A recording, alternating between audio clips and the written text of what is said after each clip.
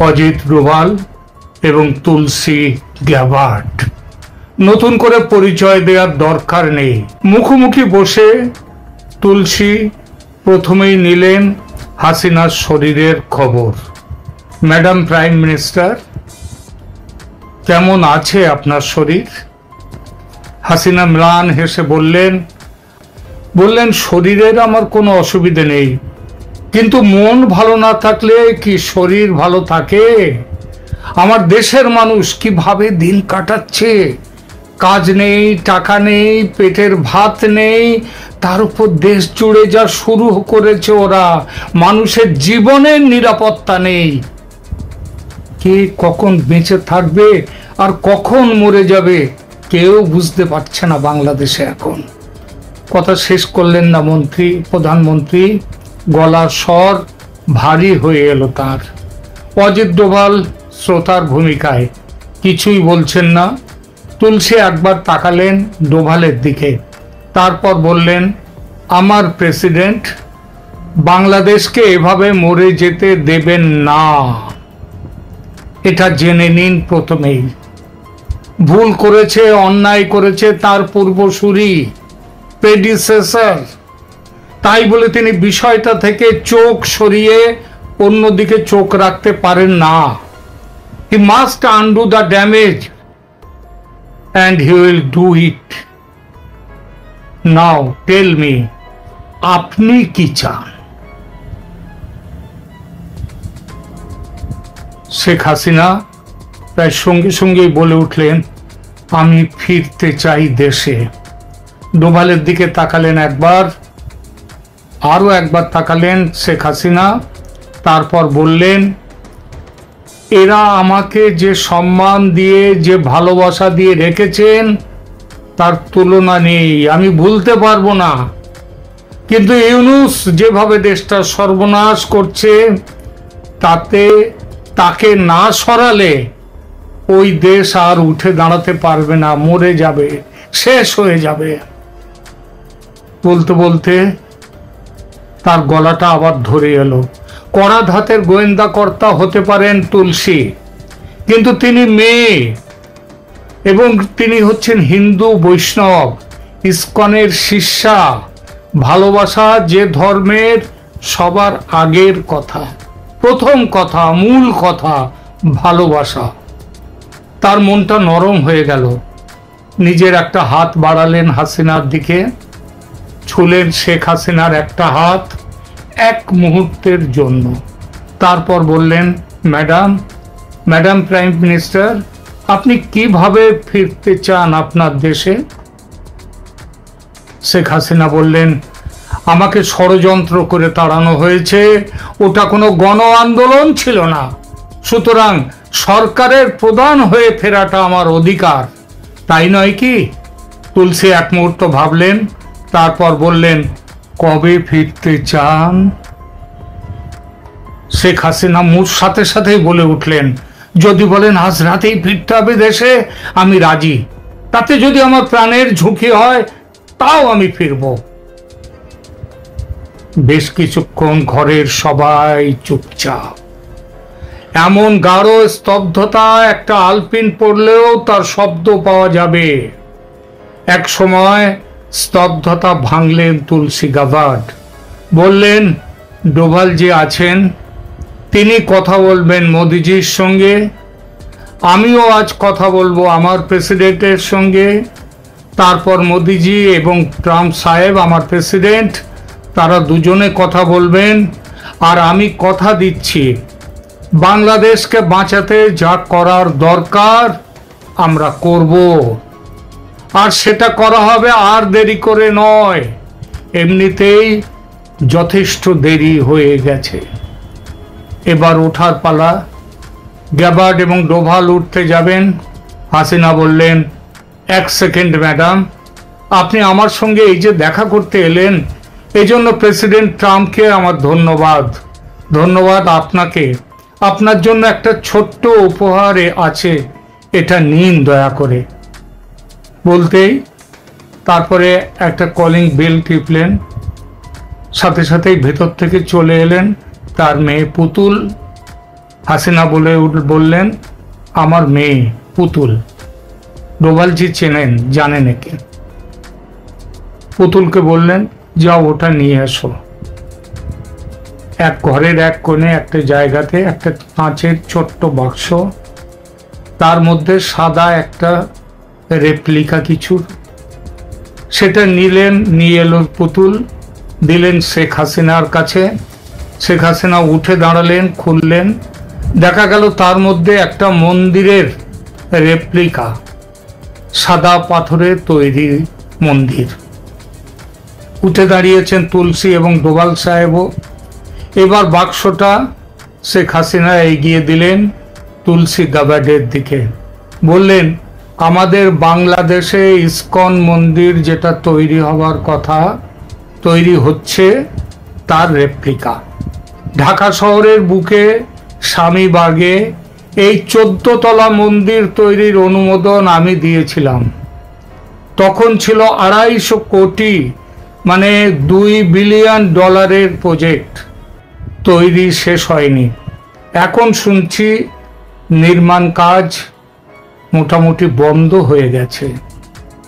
যে সময় শুরু হয়েছিল মন্দির, তখন মন্দিরের তরফ থেকে এই রেপ্লিকাটি আমার জন্য পাঠানো হয়। 5 আগস্ট ঢাকা থেকে চলে আসার সময় এটা আমি নিয়ে চলে আসি। ওখানে রেখে আসার সাহস হয়নি, কারণ আমি জানতাম এটা এই মন্দিরকে ওরা ভেঙে ফেলবে। সেই ভয়ে আমি এটা নিয়ে চলে এসেছিলাম। ওরা ভেঙে ফেলবে, নষ্ট করবে, অপমান করবে এই মন্দিরের। তাই বলতে বলতে বলল আজ সেই মন্দিরের রেপ্লিকা আপনার হাতে তুলে দিয়ে আমি ধন্য হলাম, প্লিজ অ্যাকসেপ্ট করুন। কাচের বাক্সে রাখা ঢাকার স্বামীবাগের প্রস্তাবিত ইসকন মন্দিরের শ্বেত পাথরের রেপ্লিকাটি তুলসীর হাতে তুলে দিলেন শেখ হাসিনা। তুলসী সেটা নিয়ে মাথায় ছোঁয়ালেন। তারপর 3 জন মিলে এগিয়ে চললেন দরজার দিকে। এবার চলে যাওয়ার পালা। প্রিয় দর্শক, হয়তো দিল্লিতে শেখ হাসিনার বর্তমান বাসস্থানের পরিবেশ ও হাসিনা এবং তুলসী গ্যাবার্ডের সংলাপের মধ্যে কল্পনার আশ্রয় আমাকে নিতে হয়েছে, কিন্তু তুলসীকে নিয়ে শেখ হাসিনার সঙ্গে ডোভালের দেখা করতে আসার খবর মিথ্যা নয়। অত্যন্ত বিশ্বস্ত সূত্র থেকে, দিল্লি থেকে এই খবর আমার কাছে এসেছে। এছাড়া ঢাকার স্বামীবাগের প্রস্তাবিত বিশাল ইসকন মন্দির তৈরিতে প্রধানমন্ত্রী শেখ হাসিনার ভূমিকাও ঐতিহাসিকভাবে সত্য। সবার জন্য একটি, আমি মনে করি এটি একটি সুখবর। সুখবরটা হচ্ছে যে এরকম, যে আমি মনে করি যে ইউনূসের বিদায় হয়ে গেছে। ইউনূসের বিদায়ে লাশের উপরে শেষ প্যারাকটা যে ঠুকবে সেটি হচ্ছে পলকাপুর। ইউনূসের মৃত্যু সেদিনই হয়ে গেছে যেদিন ডোনাল্ড ট্রাম্প নরেন্দ্র মোদীর সাথে মিটিংয়ে এই কথা বলেছিল যে I will leave Bangladesh to prime minister. তার মানে হচ্ছে ডোনাল্ড ট্রাম্প, আপনারা যারা বিদেশে বিশেষ করে ওয়েস্টার্ন কান্ট্রিতে থাকেন, ইংল্যান্ড এবং আমেরিকা দেশগুলোতে থাকেন, তারা আসলে আমাদের বাংলাদেশিরা আমরা যেভাবে কথা বলি, তোকে মেরে ফেলবো, কেটে ফেলবো, তুই যা এখন শেষ করে ফেলবো, ওই রকম ভাবে বলে না। তাদের একটা ডিপ্লোম্যাটিক নর্ম আছে, একটা ল্যাঙ্গুয়েজ আছে, ওইভাবেই তারা কথাটা বলে। এবং তারা যদি বলে যে আই এম নট হ্যাপি, তার মানে আপনাকে এটাকে বিশাল অনেক বড় কিছু ধরে নিতে হবে যে আপনার এই জিনিসটা আর হচ্ছে না। যেমন বাংলাদেশে যদি আমরা কেউ বলি যে আই এম নট হ্যাপি, তার মানে এখানে আমরা অনেক কিছু মনে করি যে ফারাক ফোকর আছে, এখানে ম্যানেজ করার বিষয় থাকে। বাট এখানে যদি বলে যে I am not happy, that means যে আপনি যে কাজটা করতে চাচ্ছেন সেই কাজটা আর হচ্ছে না, উনি আর সেটা পছন্দ করছেন না। সো এটা আসলে যারা ওয়েস্টার্ন কালচারের সাথে একটু কম বেশি উঠা চলা আছে, যেহেতু আমরা দীর্ঘদিন থাকি, আমরা যে এই জিনিসগুলো বুঝি। এবং এটাই বাস্তবতা যে যখন ডোনাল্ড ট্রাম্প নরেন্দ্র মোদীকে বলে দিয়েছে যে I will leave Bangladesh to prime minister, that means হচ্ছে বাংলাদেশের বিষয়টা, দক্ষিণ এশিয়ার বিষয়টা নরেন্দ্র মোদীর উপরে ডোনাল্ড ট্রাম্প অ্যাডমিনিস্ট্রেশন ছেড়ে দিতে চাচ্ছেন এবং ছেড়ে দিয়েছেন। সো যদি বলেন তাহলে আমি বলবো যে ওই দিনই ইউনূসের মৃত্যু হয়েছে, ওই দিন ইউনূসের বিদায় ঘণ্টা বেজে গিয়েছে। তারপরে তুলসী গ্যাবার্ড গত পরশুদিন ইন্ডিয়াতে Indian security Indian American security মিটিংয়ে যে কথাটা বলেছে যে বাংলাদেশের জঙ্গিবাদের উত্থান হচ্ছে, বাংলাদেশে এথনিক মাইনরিটি সহ হিন্দু, বৌদ্ধ, খ্রিস্টান তাদের উপরে নির্যাতন হচ্ছে, এই কথাটা নিয়ে তারা খুব কনসার্ন। তার মানে আমেরিকান এবং ইংল্যান্ডের ভাষায়, পশ্চিমা ভাষায় কনসার্ন মানে হচ্ছে একটা বিশাল বিষয়। বাংলাদেশের যেমন একজনকে বলে যে তাকে আমি মেরে ফেলবো, আর ওদের concern that's the same thing. আপনি মনে করতে পারেন ওটার সাথে কম্পেয়ার করতে পারেন। কনসার্ন মানে হচ্ছে অনেক বড় বিষয়। সো এই জন্য আমি মনে করি যে ওদের মৃত্যু ইউনূসের একদম ফুললি দাফন কাফন হয়ে গেছে। আর Paul Kapoor Indian American security expert, সে আসছেন ইন্ডিয়াতে মিটিং করবেন। এই তার মিটিংয়ে আমি মনে করি যে ইউনূসের লাশ কফিনের উপরে শেষ পেরেকটা ঠুকে দিবেন হচ্ছে এই পল কাপুর। তার মানে হচ্ছে আপনি যদি ধারাবাহিক সিরিজ বিষয়গুলো দেখেন, অন্ততপক্ষে এটার জন্য আপনার রকেট সায়েন্স পড়তে হবে না। আপনি যদি অন্ততপক্ষে ইন্টারন্যাশনাল পলিটিক্স এবং ইন্টারন্যাশনাল ডিপ্লোম্যাটিক নর্ম এবং তাদের ল্যাঙ্গুয়েজটুকু বুঝেন, তাহলে বুঝতে পারবেন যে ডোনাল্ড ট্রাম্প মোদির সাথে মিটিং করে বলে দিয়েছে I leave Bangladesh to prime minister. Tulsi Gabbard বলেছে বাংলাদেশের এথনিক মাইনরিটির উপরে নির্যাতন, জঙ্গিবাদ, হিন্দুদের উপর নির্যাতন, এগুলো নিবে উই আর ডিপলি কনসার্ন। তার মানে হচ্ছে they are not happy about Bangladesh, they want to do something. Thirdly Paul Kapoor আসছে। পল কাপুরের বিষয়টা আপনি দেখেন, এখান থেকে আপনার একটা চমৎকার বিষয় পাবেন যে সেটা হচ্ছে যে পল কাপুর হচ্ছে ইন্ডিয়ান বংশোদ্ভূত। সে যে নিয়োগ পাবে সেটা আমরা অনেক আগে থেকে জানি যে ওইভাবেই এই প্রশাসনটা সাজানো হচ্ছে, চাইনিজ এন্টি প্রশাসন, মানে ইন্ডিয়ান বংশোদ্ভূত প্রশাসন সাজানো হবে। যেমন আগের প্রশাসনটা ছিল কি, জো বাইডেনের প্রশাসনটা ছিল, যেমন ডোনাল্ড লু, সে ছিল চাইনিজ বংশোদ্ভূত। সে ইন্ডিয়াকে একদম দাবায় রাখার জন্য, বাংলাদেশকে দাবায় রাখার জন্য যা কিছু করা দরকার সে তাই করেছিল। কিন্তু ট্রাম্প অ্যাডমিনিস্ট্রেশন আবার জো বাইডেনের অ্যাডমিনিস্ট্রেশনের সম্পূর্ণ বিপরীত। সো তাই আপনারা যদি দেখেন যে জো বাইডেনের অ্যাডমিনিস্ট্রেশনে প্রভাবশালী ব্যক্তি ছিল হিলারি ক্লিন্টন। এই ক্লিন্টন ফাউন্ডেশনে এই আমাদের সুদখোর ইউনূস প্রায় 2 বারে $300 মিলিয়ন মতো দিয়ে, অনুদান দিয়ে বা ঘুষ দিয়ে যেটাই বলেন, সেটা ম্যানেজ করতে সক্ষম হয়েছিল এবং বাংলাদেশ আর্মির উপরে একটা প্রেশার ক্রিয়েট করে একটা অ্যান্টি আওয়ামী একটা এনভায়রনমেন্ট তৈরি করতে সক্ষম হয়েছিল।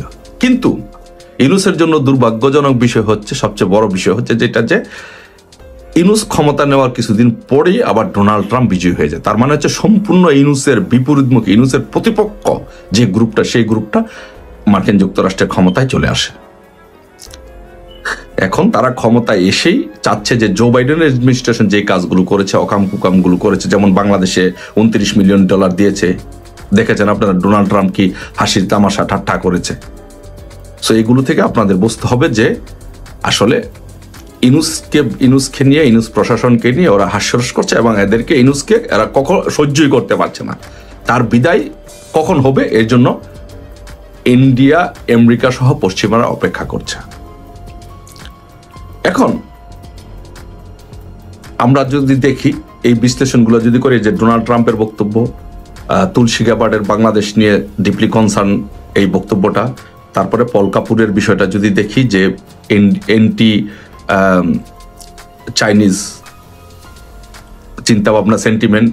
আবার পাশাপাশি আরেকটা দেখেন, যখন ইউনূস যখন দেখলো যে ইন্ডিয়াতে তার আর জায়গা হচ্ছে না, মার্কিন যুক্তরাষ্ট্রে জায়গা হচ্ছে না, তখন কিন্তু সে রাশিয়া ইয়াতে যাচ্ছে, চায়না যাচ্ছে। ইউনূসের কিন্তু চায়নাতে সফর আছে। তার মানে হচ্ছে সে তার বাঁচার জন্য, সে নিজেকে কোনো রকম ধরে রাখার জন্য যথেষ্ট চেষ্টা করছে, কিন্তু সে জানে না যে সে মৃত, সে মারা গেছে এবং তার লাশের উপরে সর্বশেষ প্যারাকটুকু ঠেকে দিবে পল কাপুর। তাই আমি বলবো যে ইউনূসের একদম ইনশাল্লাহ বিদায়, মৃত্যু নিশ্চিত। আমি দেশবাসীকে বলবো, ছাত্র জনতাকে বলবো, সকল দেশবাসী, আওয়ামী লীগের নেতাকর্মীদেরকে বলবো, আপনারা কেউ মনোবল হারাবেন না, সকলে ঐক্যবদ্ধ থাকুন। বিজয় ইনশাল্লাহ আমাদের, বিজয় ইনশাল্লাহ আমাদের সুনিশ্চিত। আমাদের জন্য ভালো সংবাদ আসছে। আর সেকেন্ড থিং যেটা বলবো যে বাংলাদেশের সেনাবাহিনীকে বলবো, আপনারা এই দেশের আমাদের গর্বের সেনাবাহিনী, আপনারা ইউনূস অ্যাডমিনিস্ট্রেশনকে, ইউনূসকে আর সহায়তা করবেন না। ইউনূস এদেশের একটা অসাংবিধানিক এবং বাংলাদেশ এন্টি একজন মানুষ। ইউনূসকে, জঙ্গিবাদকে, এগুলোকে প্রশ্রয় দিবেন না। গণতান্ত্রিক ধারাকে সকলে সমুন্নত রাখুন, সকলকে সহযোগিতা করুন। আসুন সকলে ঐক্যবদ্ধভাবে শেখ হাসিনা যেভাবে বাংলাদেশটাকে আগে উন্নয়নের একটা স্বর্ণ শিখরে নিয়ে গিয়েছিলেন, সেইভাবে একইভাবে আবার সেই ধারাকে অব্যাহত রেখে আমরা বাংলাদেশের গণতান্ত্রিক এবং উন্নয়নের ধারাকে অব্যাহত রাখি। ইনশাল্লাহ বিজয় আমাদের হবেই। মার্চ হচ্ছে আমাদের বিজয়ের মাস। ইনশাল্লাহ সকলে দোয়া করবেন ইনশাল্লাহ আমরা যেন আমাদের নেত্রী বঙ্গবন্ধু কন্যা শেখ হাসিনার নেতৃত্বে বাংলাদেশটাকে আবারও পরিচালিত করতে পারি। জয় বাংলা, জয় বঙ্গবন্ধু, শেখ হাসিনাতে আস্থা।